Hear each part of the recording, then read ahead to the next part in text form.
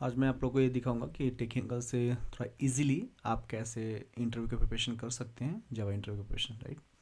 सो पहले ये जो हमारा वेबसाइट है, ये पहले प्रोग्रामिंग स्विफ्ट के नाम से था। हमने इसका नेम रीचेंज किया है और टेकी अंकल के नाम से नाम दिया है, राइट।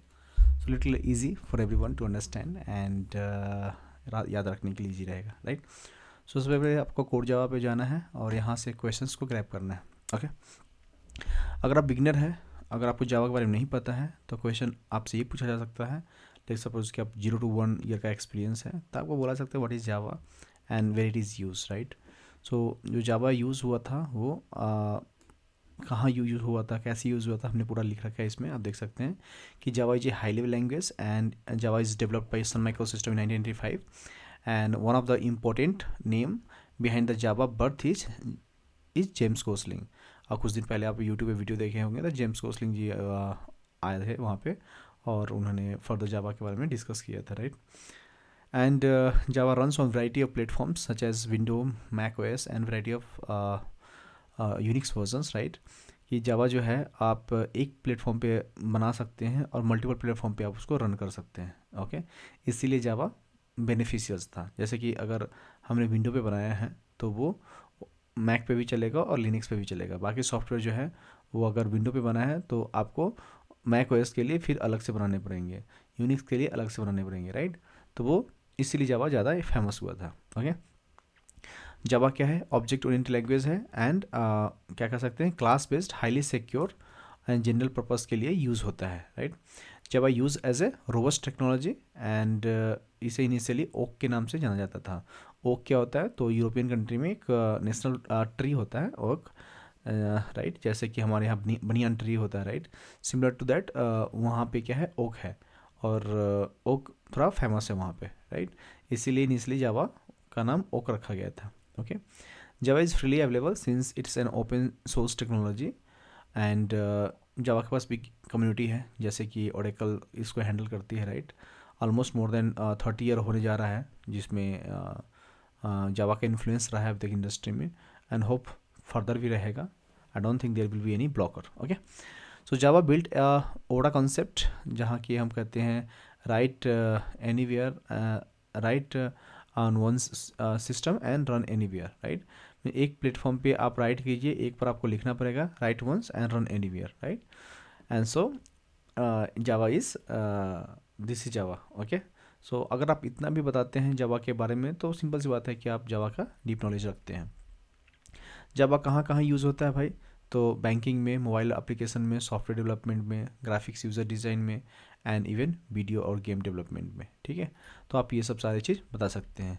पहले ये वेबसाइट का नाम प्रोग्रामिंग स्विफ्ट था, नाउ हमने इसको चेंज कर दिया टेकी अंकल के नाम से, राइट। तो ओके, टाइप ऑफ एप्लीकेशन क्या होते हैं जावा में? तो स्टैंडर्ड एप्लीकेशन होते हैं, web application, enterprise application, mobile application. इसमें डीप में जानना है क्या होता है तो आप जूम पॉज करके आप उसको स्टडी कर सकते हैं, ओके। फर्दर चलते हैं जावा के अंदर में कि और कौन कौन से इंपॉर्टेंट चीज़ें हैं। तो आप टूल्स वगैरह देख लें, इन्वायरमेंट सेटअप कैसे करना है वो देख लेना, आइडेंटिफायर्स कौन कौन से होते हैं। हाँ, आपके आपके इंटरव्यू में ये पूछा जा सकता है कि व्हाट इज़ जावा मॉडिफायर्स। तो जावा मॉडिफायर्स क्या होते हैं कि अगर हम मॉडिफायर्स प्रोवाइड करते हैं क्लास लेवल में और मेटा डेटा लेवल में, राइट। तो उसका कंट्रोल आप कोड के ऊपर आपका कंट्रोल होता है कि अगर किस चीज़ को, जैसे लेट सपोज हम क्रिएट करके इन्फॉर्मेशन डालना चाहते हैं, हम चाहते हैं कि थर्ड पार्टी यूज़ ना करें, बट हम जो हमारा यूज़र है, जो कंज्यूमर प्रोड्यूसर है, वो यूज़ कर सके एंड रहता था थर्ड पार्टी जैसे लाइक हैकर वगैरह है वो यूज़ ना करें, तो उसके लिए हम एक्सेस मॉडिफायर्स यूज़ करते हैं, राइट। तो जावा के अंदर में क्या है, डिफरेंट लेवल के एक्सेस मॉडिफायर्स होते हैं। जैसे कि आप देख सकते हैं डिफ़ॉल्ट है, पब्लिक है, प्रोटेक्टेड है। अब किसको कहाँ यूज़ करना है वो आपको मैं क्लास में बता सकता हूँ, 1-to-1 क्लास में हम लेते हैं तभी बता सकते हैं, और हमारे वीकली क्लासेस भी ले सकते हैं, आपको एनुअल पैकेज भी ले सकते हैं, और बहुत लेस प्राइस पे मैं पढ़ाता हूँ, तो आप वहाँ से आप सीख सकते हैं जावा होता क्या है। बट फिर भी अगर आपको सिर्फ क्वेश्चन का आंसर का समझना है तो आप ये समझो कि एक्सेस स्पेसिफाई क्या होता है, डिफ़ॉल्ट, पब्लिक एंड प्रोटेक्टेड होता है, इवन प्राइवेट होता है। जैसे कि इसको बोलते हैं नन नन एक्सेस मॉडिफायर, जैसे फाइनल हो गया, एब्स्ट्रैक्ट हो गया, स्ट्रिक्ट एफ हो गया। तो ये सब कहाँ पे यूज़ होता है, वो अलग अलग होते हैं। अगर हम प्राइवेट यूज़ करते हैं मेडवेयर तो हम उसको एक्सेस मॉडिफायर प्रोवाइड नहीं करना चाहते हैं, हम चाहते हैं कि वो यूज़ ना हो, कहीं और क्लास में यूज़ ना हो उसको, आप कह सकते हो कि इनहेरिट ना कर सके उस फीचर को, कोई और देख ना सके, राइट। जावा का वेरिएबल्स क्या होते हैं, व्हाट आर जावा वेरिएबल्स, तो लोकल वेरिएबल्स होता है, क्लास वेरिएबल जैसे स्टैटिक वेरिएबल्स बोल सकते हैं, इंस्टेंस वेरिएबल जैसे नॉन स्टैटिक वेरिएबल होते हैं। तो लोकल वेरिएबल यूज़ करने के लिए कोई प्रॉब्लम नहीं है, बट क्लास वेरिएबल्स को यूज़ करने के लिए क्लास को यूज़ करना होता है, और इंस्टेंस वेरिएबल को यूज़ करने के लिए ऑब्जेक्ट बनाना पड़ता है, राइट। तो ये डिफरेंस है। जो ऑब्जेक्ट लेवल एक्सेस होता है वो नॉन स्टैटिक वेरिएबल्स बोल देते हैं या इंस्टेंस वेरिएबल बोलते हैं। आपको कभी कभी इंटरव्यू में कंफ्यूज करने के लिए बोलेगा what is the difference between instance variable and non static variable. दोनों सेम ही होता है। अगर आपको स्टैटिक नॉन स्टैटिक में भी डिफरेंस है, बोलो स्टैटिक क्लास लेवल होता है तो class can use that and class can access anywhere, but non static में क्या होता है, आपका ऑब्जेक्ट ही उसको कॉल कर सकता है, ठीक है।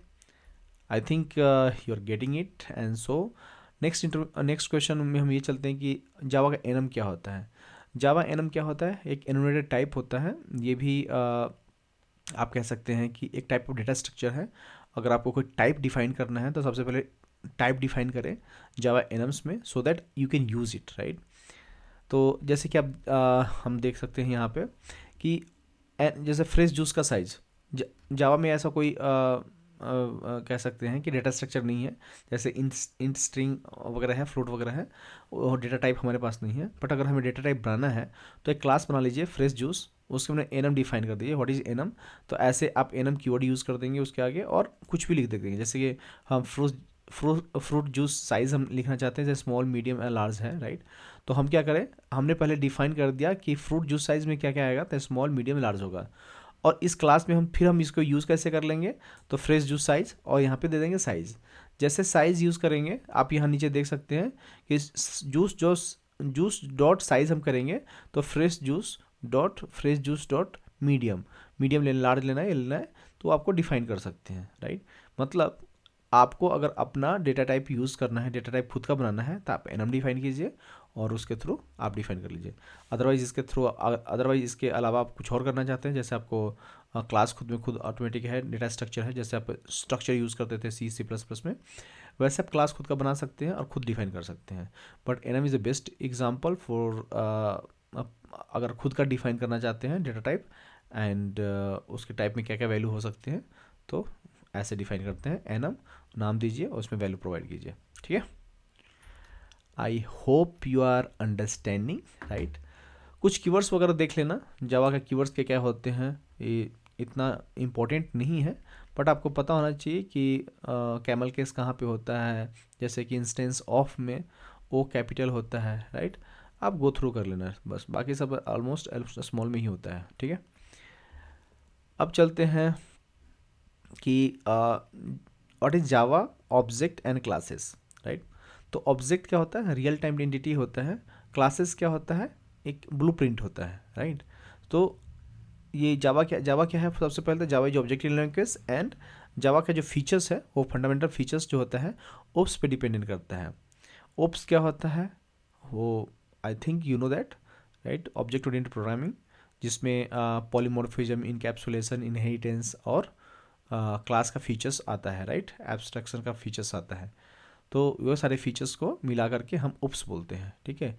इसलिए कहते हैं कि ऑब्जेक्ट ओरिएंटेड फीचर है जावा के अंदर में, और इसके लिए आपको वो सारे कॉन्सेप्ट को आपको लर्न करना पड़ेगा, राइट। तो ऑब्जेक्ट क्या बोल सकते हैं, object have the state and behaviour.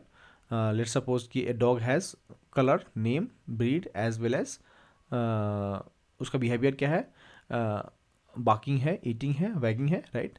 And object क्या होता है कि इंस्टेंस ऑफ क्लास होता है। बट क्लास क्या होता है, the class can be define as a template, a blueprint बोल सकते हैं, जिसके थ्रू वो डिस्क्राइब करता है behaviour, state of the object. Let's suppose कि मैं स्टूडेंट बोलता हूँ, तो स्टूडेंट मतलब क्या, वो क्लास हो गया। बट लेट्स सपोज कि स्टूडेंट मतलब क्या, राम रहीम ABCD अगर हम ले लेते हैं किसी का नाम, तो वो क्या हो गया, ऑब्जेक्ट हो गया, ओके। ठीक है, आगे चलते हैं भाई। क्लास हो गया, ऑब्जेक्ट हो गया। कंस्ट्रक्टर आपको पता ही है, डिफॉल्ट कंस्ट्रक्टर, पैरामीट्रिक कंस्ट्रक्टर, दो तरह के कंस्ट्रक्टर्स होते हैं। आप देख लेना इसको एक बार जा करके कि डिफॉल्ट कंस्ट्रक्टर से बनाते हैं, प्राइमरी कंस्ट्रक्टर से बनाते हैं। जैसे लेट सपोज ये क्लास है आपका, राइट, और क्लास के अंदर में कोई अगर यहाँ पे कुछ प्रोवाइड नहीं किया है पर आर्गुमेंट, तो डिफ़ॉल्ट कंस्ट्रक्टर हो गया। आप नहीं बनाओगे फिर भी डिफ़ॉल्ट कंस्ट्रक्टर बनता है, बिना डिफ़ॉल्ट कंस्ट्रक्टर के ऑब्जेक्ट नहीं बन सकता। अगर कोई कंस्ट्रक्टर डिफाइन नहीं किया है मतलब कि आपका डिफ़ॉल्ट कंस्ट्रक्टर होता है। ये सब पॉइंट्स आपको दिमाग में डाल लेना है, अदरवाइज इंटरव्यू में कहीं ना कहीं लटक जाओगे। सो यहाँ पे क्या कहते हैं, पब्लिक पपी एंड पपी के अंदर में आर्गुमेंट पास किया तो पैरामीटराइज हो गया, नहीं पास किया तो डिफ़ॉल्ट हो गया। अगर कुछ नहीं है तो डिफ़ॉल्ट तो ऑटोमेटिक बनता ही है, ये आपका कंपाइलर बना के देगा, because Java compiler is super intelligent, right. Let's go to the next level. अब कहाँ चलते हैं, चलो प्रिमिटिव डेटा टाइप्स वगैरह देख लेना क्या होता है। Local variable, instance variable, class और स्टैटिक वेरिएबल्स देख लेना। हाँ देखो, क्लास और स्टैटिक वेरिएबल तो मस्ट है, इसको तो तुम अच्छे से करके जाना, बिकॉज मुझे तो लगता है कि अगर कितना भी आपका एक्सपीरियंस हो जाता है ना, ये क्वेश्चन आपको पूछा ही जाएगा। अगर ये क्वेश्चन नहीं पूछ रहा है तो इंटरव्यू के पास ज़्यादा नॉलेज नहीं है। तो व्हाट इज़ क्लास और स्टैटिक वेरिएबल्स इन जावा, वो आप एक बार अच्छे से देख के जाना। एग्जाम्पल मैं समझा देता हूँ। देखो, अगर आप स्टैटिक कीवर्ड लगाते हैं किसी भी वेरिएबल के आगे तो वो स्टैटिक वेरिएबल्स हो गया, मतलब क्लास डायरेक्टली उसको एक्सेस कर सकता है। उसको एक्सेस करने के लिए क्लास को ऑब्जेक्ट बनाने की जरूरत नहीं पड़ेगा, सिंपल। अदरवाइज ऑब्जेक्ट बना के एक्सेस कीजिए, that is non static, right. Okay, what is oops, oops क्या है तो पढ़ लेना। उप्स क्या होता है, ऑब्जेक्ट ओरिएंटेड प्रोग्रामिंग्स होता है। ऑब्जेक्ट मतलब जावा में कुछ भी करना है बिना ऑब्जेक्ट आप नहीं कर सकते, राइट। जब ऑब्जेक्ट बनाएंगे तो क्लास तो आपको बनाना ही पड़ेगा। अपार्ट फ्रॉम दैट आपको इनकैप्सुलेशन, इनहेरिटेंस और पॉलीमॉर्फिज्म का कॉन्सेप्ट आपको देख के जाना है, तभी जाके आपको समझ में आएगा। जैसे इनहेरिटेंस क्या होता है, एक क्लास ए बना लिए, क्लास बी बना लिए, तो क्लास बी क्या करा, एक्सटेंड करा, तो उसके क्लास के अंदर जो फंक्शन होगा या जो भी चीज़ होगा वो सब कुछ एक्सेस हम कर सकते हैं क्लास बी के अंदर में। और क्लास बी का जब भी ऑब्जेक्ट होगा वो दोनों मेथड्स को कॉल कर सकता है, राइट। और अगर मान लो कि इस मेथड को ओवरराइड करना है तो क्लास बी के अंदर में ओवरराइड कर सकते हैं, राइट।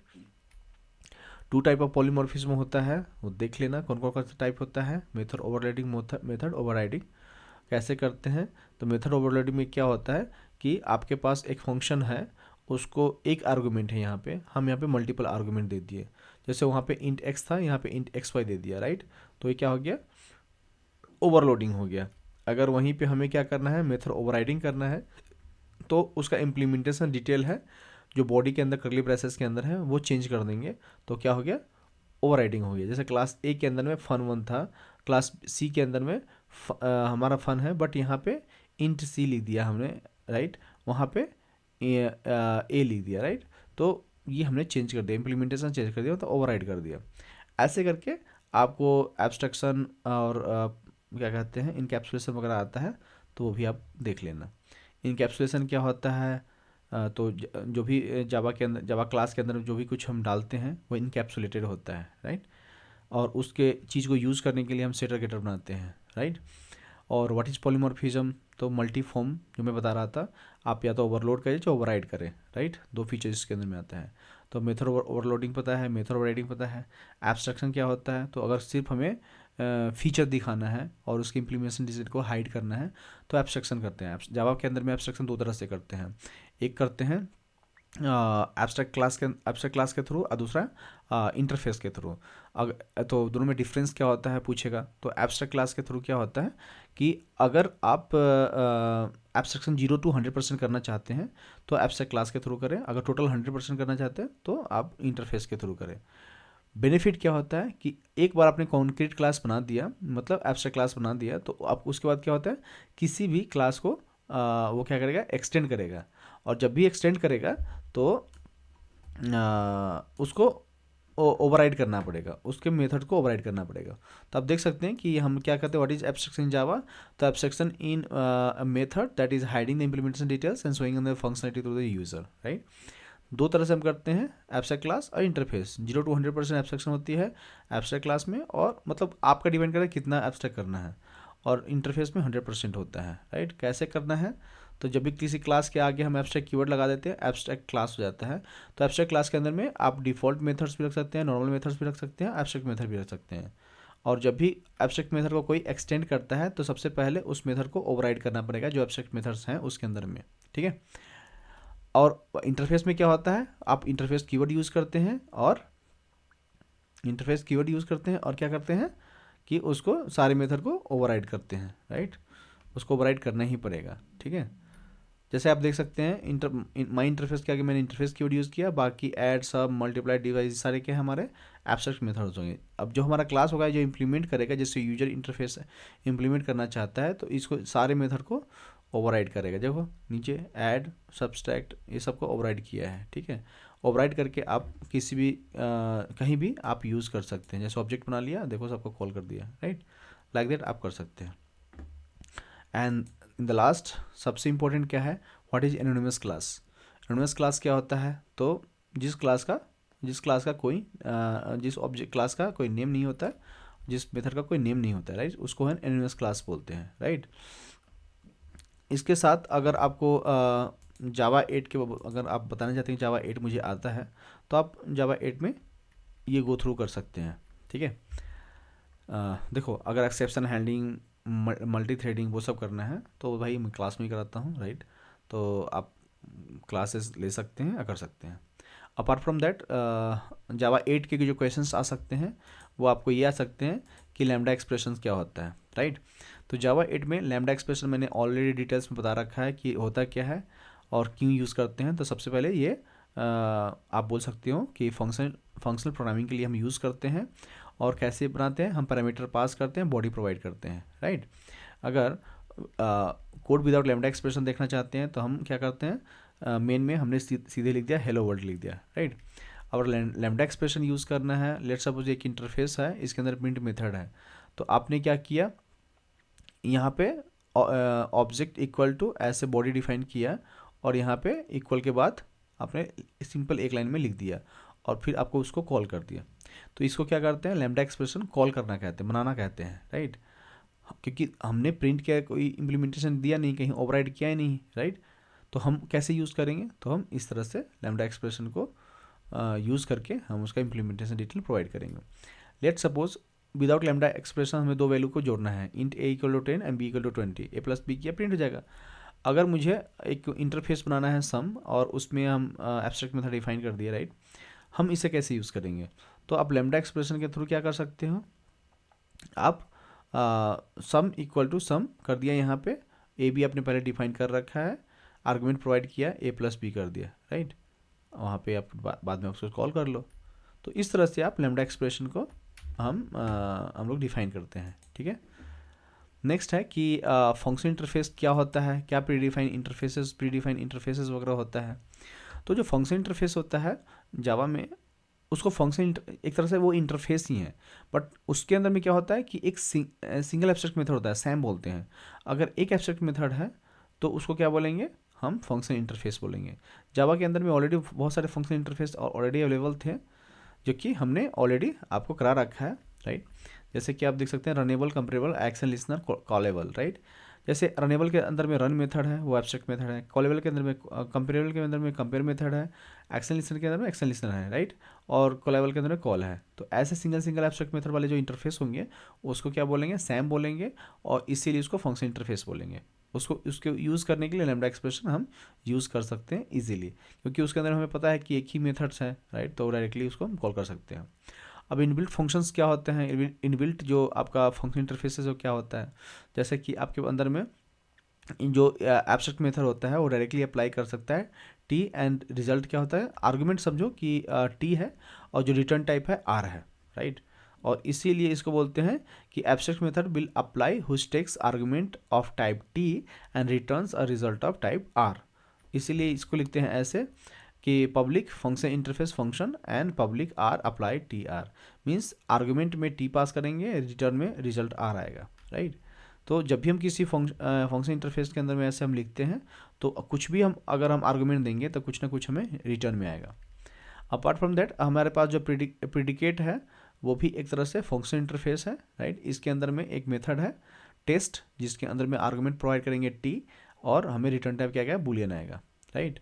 कैसे यूज़ करना है, लेट सपोज कि हमने एक नेम ऑफ लिस्ट ले लिया है। अगर मुझे नेम चेक करना है कि नेम जो स्टार्ट विथ एस एन होता है वो हमें देना है, तो हम सबसे प्रेडिकेट लेंगे, स्ट्रिंग बनाएंगे, प्रेडिकेट इक्वल टू हम ऐसे बनाएंगे एस, इसमें देंगे S dot start with an कर देंगे तो हमारा क्या होगा, हमारा प्रेडिकेट रेडी हो जाएगा। मीन्स जो हमारा नेम्स वगैरह आया है, राइट, जो हमारा नेम्स है तो हम एक तरह से हम टेस्ट में एस पास करते हैं। एस इज क्या, स्ट्रिंग है। तो जब S dot start with an करेंगे तो जो भी स्ट्रिंग पे एन होगा सब कुछ हमें रिटर्न करके प्रेडिकेट के पास आ जाएगा। तो हम अब क्या करेंगे, लिस्ट पे हम लूप लगाएंगे, फॉर लूप लगाएंगे और क्या करेंगे, आइट्रेट कर देंगे और हम कंडीशन लगाएंगे इफ प्रेडिकेट डॉट टेस्ट है तो उसमें स्ट्रिंग जो पास कर रहे हैं 1 by 1 स्ट्रिंग वो प्रेडिकेट है तो प्रिंट करते चला जाए। तो प्रेडिकेट हमने बना लिया, प्रिंट करते चले जाओ। सॉरी, समझ में आ रहा है ना। उसके बाद क्या है, यूनिटी ऑपरेटर है, बाइनरी ऑपरेटर है, टर्मिनेटर ऑपरेटर है। तो ये सब देख लेना, सप्लायर्स होता है, कंज्यूमर्स होता है, राइट। तो ये सब मैं क्लासेस में कराता हूँ, तो जो क्लास ले रहे हैं उनको समझ में आ गया होगा, ठीक है। इसके बाद डिफ़ॉल्ट मेथड क्या होते हैं वो समझो। तो जावा 8 के अंदर में एक नया फीचर ये आया है कि we can create default method inside the interface. अभी तक इंटरफेस में अंदर क्या होता था, जावा 8 से पहले 100% एब्स्ट्रैक्शन करते थे, राइट, मतलब कोई भी नॉन स्टैटिक मेथड नहीं रख सकते हैं। बट अब जावा 8 के अंदर में ऐसा नहीं है, आप रख सकते हो। And so that default methods are called defender methods, right. Defender methods क्यों कहते हैं कि ये जो एब्स्ट्रैक्ट मेथड है वो तो सबसे पहले डिफ़ॉल्ट है। सो दैट डिफ़ॉल्ट मेथड रखने से क्या होता है कि आप अपने न्यू फंक्शनलिटी को इंटरफेस के अंदर में रख सकते हैं और आपको ज़्यादा कुछ कोड में मेंटेन करने की ज़रूरत नहीं पड़ेगा, ये ऑटोमेटिकली अवेलेबल हो जाएगा इम्प्लीमेंटेशन क्लासेस के अंदर में। So that it is easy to maintain, right, कह सकते हैं। Okay, we can inherit the default methods also, ये भी बोल सकते हैं। जैसे कि आप यहाँ पे देख सकते हैं, मैंने एक इंटरफेस बनाया टेस्ट, इसके अंदर में नॉर्मल मेथड्स हैं। नॉर्मल मेथड इज क्या, मतलब एब्स्ट्रैक्ट मेथड्स, राइट, और एक डिफ़ॉल्ट मेथड हमने प्रोवाइड कर दिया यहाँ पे, ठीक है।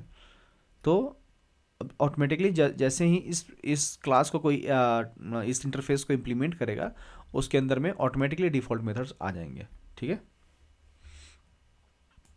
नहीं है तो आप पॉज करके आप देख सकते हैं। Static method in interface, Java 8 onwards क्या हुआ है कि हम स्टैटिक मेथड्स को भी ऐड किए हैं, जैसे हमने डिफ़ॉल्ट मेथड्स को ऐड किए हैं, ठीक है। तो जब भी हमें स्टैटिक कीवर्ड हम यूज़ करेंगे इंटरफेस के अंदर में, राइट, जब भी हम मेथड बनाएंगे, right, as you can see, पहले हम डिफ़ॉल्ट मेथड्स के लिए डिफ़ॉल्ट कीवर्ड यूज़ करते थे, अब यहाँ पे स्टैटिक मेथड यूज़ करेंगे, स्टैटिक कीवर्ड यूज़ करेंगे। और यूज़ कैसे करना है, जैसे आप इंटरफेस के अंदर में देख सकते हैं हमने स्टैटिक लगाया है, तो आप नॉर्मली जो आपका क्लास चाइल्ड क्लास है वो उसको इम्प्लीमेंट कर सकता है, यूज़ कर सकता है। जो आपका टेस्ट है, टेस्ट डॉट m2 किया, देखो calling static method of the interface, आप डायरेक्टली कॉल्स कर सकते हैं।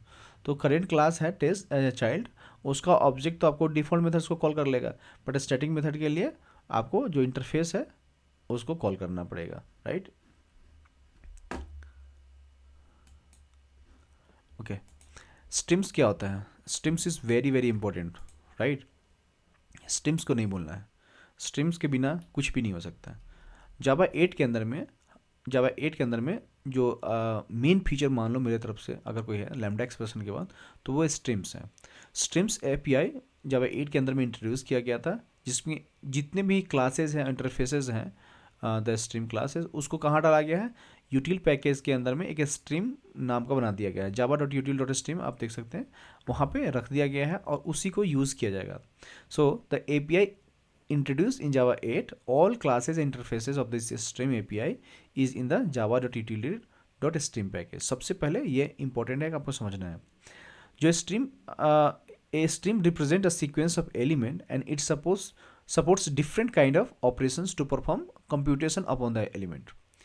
मतलब कि एक स्ट्रीम जो है वो सीक्वेंस ऑफ एलिमेंट को रिप्रेजेंट करता है और एक डिफरेंट टाइप ऑफ ऑपरेशन को सपोर्ट करता है। तो वो डिफरेंट टाइप ऑफ ऑपरेशंस क्या है, तो कुछ टर्मिनल ऑपरेशंस हैं, कोई इंटरमीडिएट ऑपरेशंस हैं, राइट। उन सारे ऑपरेशंस को यूज़ करता है उन सारे एलिमेंट के ऊपर, ठीक है। तो जावा एपीआई जो है वो similar to input stream output stream, आपको याद है जावा इनपुट आउटपुट, राइट, उसकी तरह है, right. But Java 8 stream are completely different things.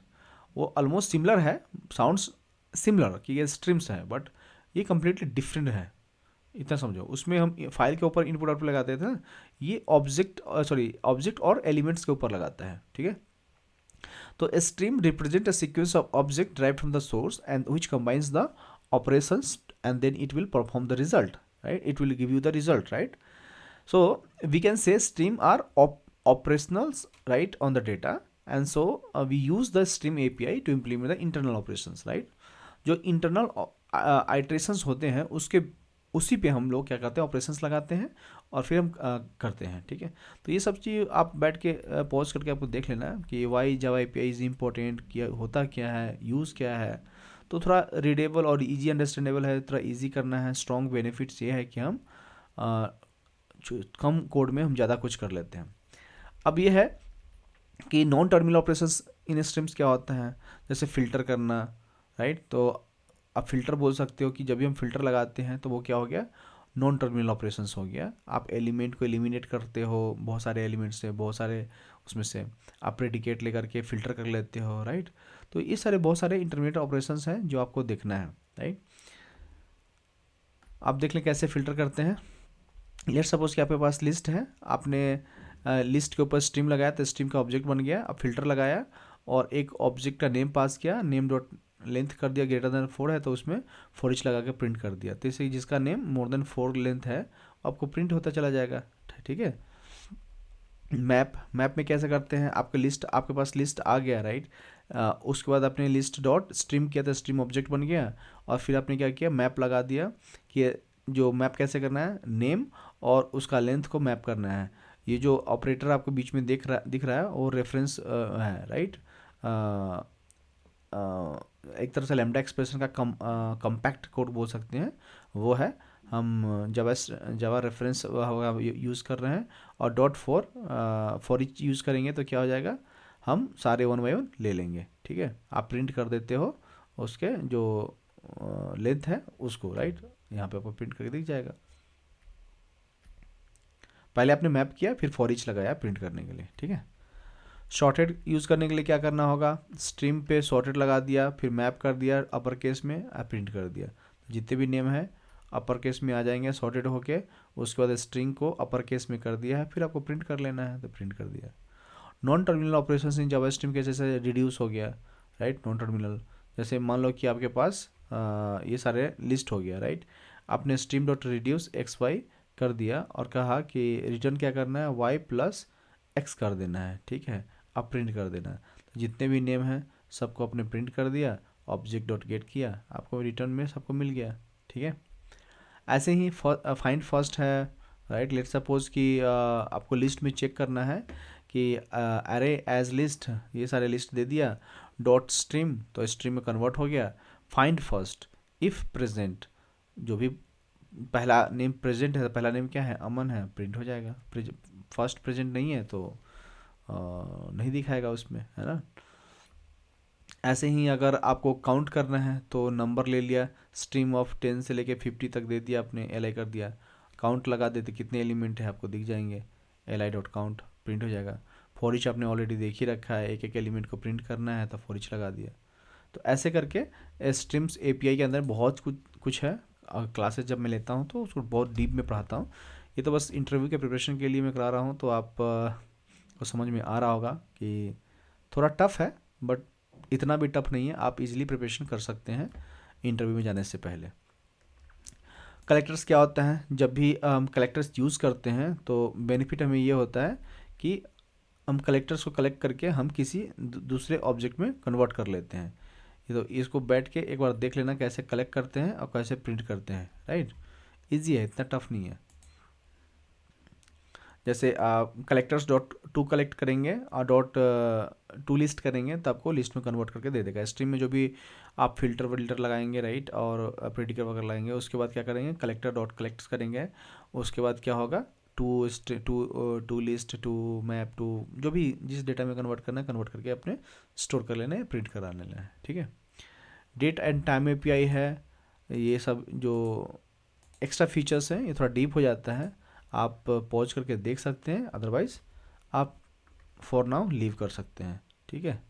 तो मैं फॉर नाउ लीव कर देता हूँ। आई थिंक मुझे लिंकिंग करना पड़ेगा कुछ पेजेस का, ओके।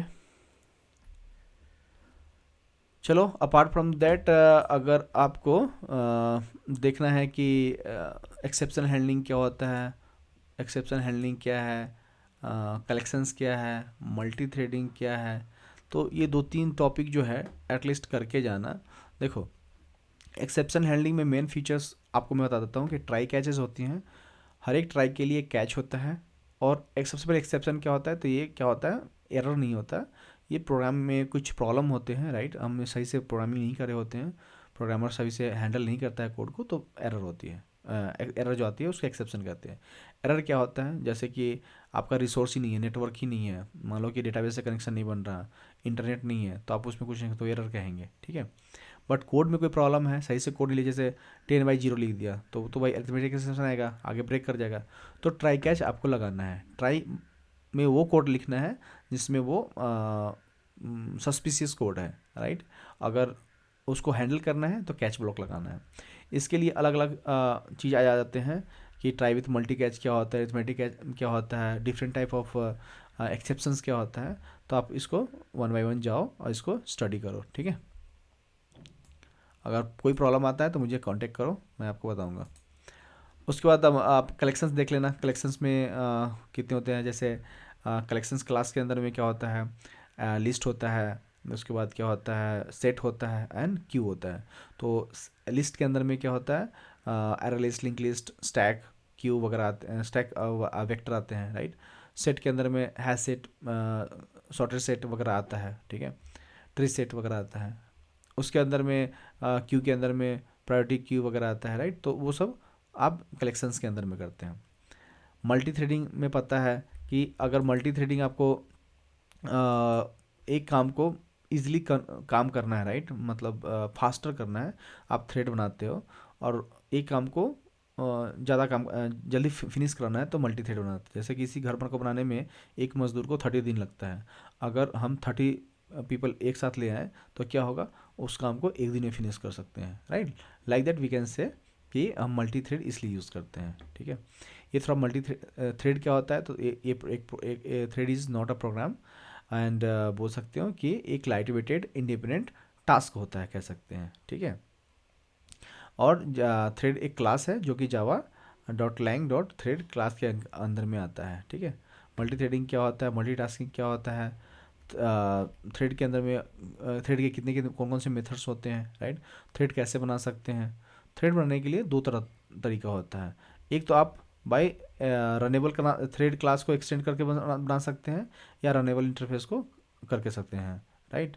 रनेबल के अंदर में रन मेथड होता है, उसके अंदर लाइफ साइकिल आप डिफाइन कीजिए और उसको कॉल कीजिए, राइट। ऑटोमेटिक उसको जैसे स्टार्ट मेथड कॉल करेंगे और रन मेथड को ऑटोमेटिकली इन्वोक कर देगा, राइट। जैसे इन्वोक कर देगा तो क्या हो जाएगा कि थ्रेड बन जाएगा। थ्रेड का स्केड्यूल कैसे करना है, व्हाट इज थ्रेड स्केड्यूलर, तो अलग अलग स्केड्यूल करने का उसमें फीचर्स हैं, वो सारे फीचर्स आप देख लेना इसको क्लिक करके, ठीक है। अंदर में फिर आप स्टार्ट मेथड रन मेथड के अंदर में क्या डिफरेंस होता है, अगर हम ओवरलोड कर दें रन मेथड को क्या होगा, ओवरराइडिंग कैसे करना है स्टार्ट मेथड को, ये सब क्या होता है, स्लीप क्या होता है, प्रिवेंट कैसे कर सकते हैं थ्रेड को, बिल्ड मेथड क्या होता है, तो ये सब जाके देखो आपको समझ में आएगा, ठीक है। उसके बाद आता है कि ज्वाइन लगाने से क्या होगा, राइट। तो सिंपल भाषा में इतना समझाता हूँ कि थ्रेड को प्रिवेंट करने के लिए ये सारे अलग अलग मेथड है, स्लिप मेथड होते हैं, इल्ड मेथड होते हैं और ज्वाइन मेथड होता है। स्लिप मेथड लगाने से क्या होता है कि एक आपको टाइम इंटरवल देना है, कितना देर के लिए स्लिप करना है।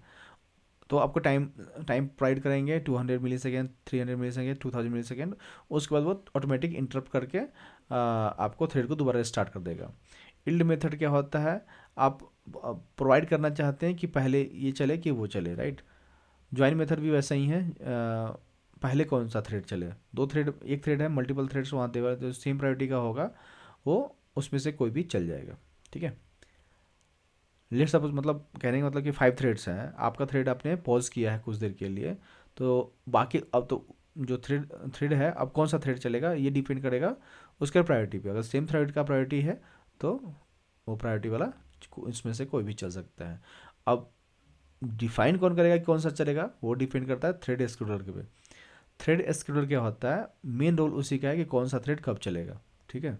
और हर एक जेवीएम के लिए वो इंडिपेंडेंट होता है। तो आप कौन सा थ्रेड कब चलेगा इवन ऑन द प्रायोरिटी आप नहीं बता सकते कि कौन थ्रेड कब चलता है, आप बोल सकते हो कि अनप्रिडिक्टेबल होता है, बट जो सिक्योरिटी है वो प्रोवाइड कर देते हैं प्रायोरिटी प्रोवाइड करके। 3 तरह का प्रायोरिटी होता है, mean priority, max priority and normal priority. Normal priority 5 होती है, मीन और मैक्स मिनिमम 1 होती है, और मैक्सिमम कितनी होती है 10 होती है। तो उसके अपोजिट आप देख लेना, बीच में कोई प्रायोरिटी नहीं होती है। आप अगर कोई और प्रायोरिटी देते हैं तो इनवैलिड स्टेट एक्सेप्शन आपको आएगा, ठीक है। देख लेना, बाकी मैं भी कुछ वीडियो यूट्यूब का लिंक वगैरह में डाल रखा हूँ, आप वहाँ से जाके कर लेना, ठीक है।